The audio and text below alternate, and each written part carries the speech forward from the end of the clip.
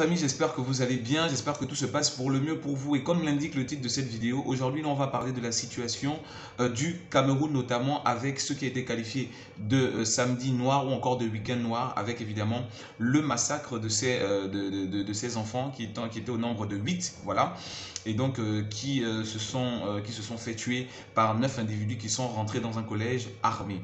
Alors qu'est-ce qui s'est passé de manière concrète? D'où est-ce que ça vient? À quoi est-ce que c'est dû? Voilà à quoi va servir cette vidéo, d'avoir une idée un peu plus claire, évidemment, sur cette situation qui est donc arrivée à Kumba, on le rappelle, dans la zone du sud-ouest au Cameroun. Des parents d'élèves en pleurs, impuissants en arrivant sur les lieux de l'attaque. Dans ce collège de Kumba, au sud-ouest du Cameroun, les traces de sang sont visibles partout dans la salle de classe. Un peu plus tôt, un groupe armé de 9 personnes a fait irruption en plein cours. People were crying, people were shouting. By then I never knew that they were killing people here. So after they are done, they ran away. Before, when we were running away, I saw dead bodies lying here. Plusieurs élèves âgés entre 9 et 12 ans ont été tués dans cette attaque et une douzaine d'autres ont été blessés. Alors déjà, ce qu'il faut savoir, c'est que depuis 2016, le Cameroun connaît ce que l'on appelle la crise anglophone. Et il faut savoir que la crise anglophone, en fait, est le nom donné à la guerre civile qu'il y a en ce moment au niveau du Cameroun, notamment entre les populations anglophones et francophones.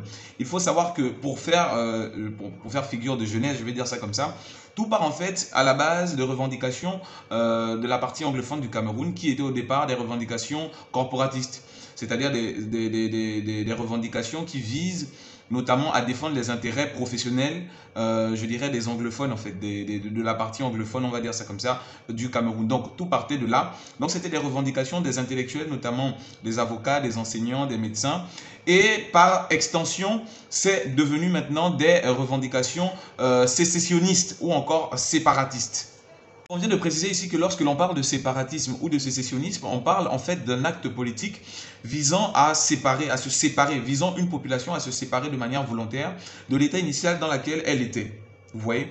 Et donc, c'est précisément parce que les revendications qui étaient donc, je disais, à la part corporative, n'ont pas eu une bonne réponse de la part des autorités camerounaises. C'est de ce fait-là que cette décision donc va venir de ce côté et de cette partie anglophone, qui vont donc rebaptiser la NOZO, donc la partie nord-ouest et sud-ouest du Cameroun. Ils vont la rebaptiser donc Ambazonie.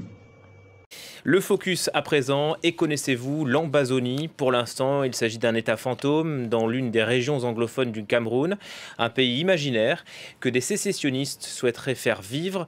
Depuis plusieurs mois, ils mènent une campagne parfois violente contre le pouvoir de Yaoundé. Ce dernier hésite entre répression et main tendue. La famille d'Aline habite ici, à Kumbo, un bastion sécessionniste au sein des 2 provinces anglophones du Cameroun. Des régions désormais appelées Ambazonie par les partisans de l'indépendance. L'Ambazonie, un pays aujourd'hui virtuel, un État encore fantôme, un rêve indépendantiste vieux de 56 ans, ressuscité par des activistes comme Vincent Djumbam, un militant de 70 ans. Donc, le 1er octobre 2007, donc la NOZO, que je vous ai déjà expliqué, va donc déclarer l'indépendance de l'Ambazonie. Donc ce qui ne va pas plaire évidemment au gouvernement en place, qui va émettre une forte répression, qui aura pour conséquence là maintenant de radicaliser le mouvement donc, qui vient de naître, ce qui va donner finalement naissance à des conflits armés.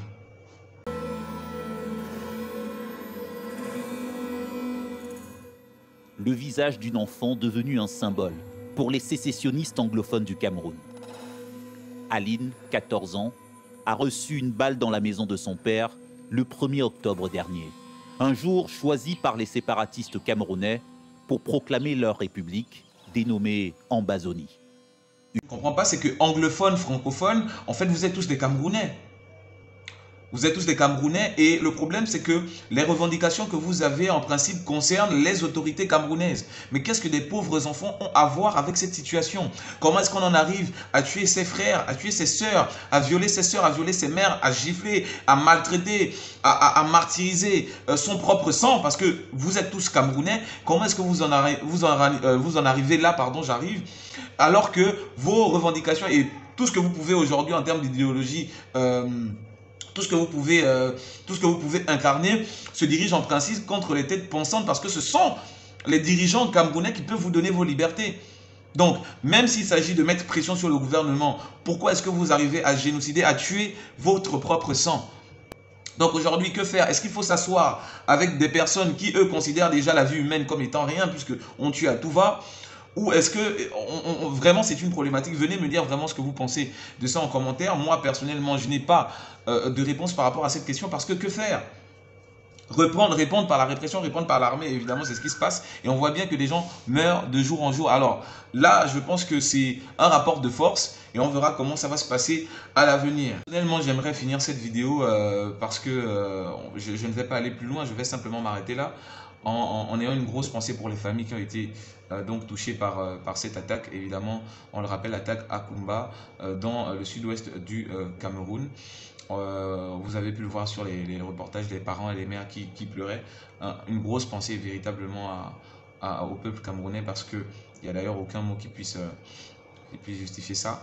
Moi-même, je suis effectivement beaucoup touché par ça, parce que ma mère est camerounaise et c'est vrai qu'on observe cette situation depuis 2017 et on ne sait pas véritablement comment est-ce qu'on va faire, vous voyez, pour s'en sortir, comment est-ce que cette histoire va pouvoir se gérer. Une grosse pensée pour le Cameroun. Donc voilà la famille, dites-moi ce que vous pensez en commentaire, comme d'habitude. Essayez de partager la vidéo au maximum, de pouvoir avoir un certain nombre de retours. On va essayer de pouvoir en discuter. Donc on se voit pour une prochaine vidéo.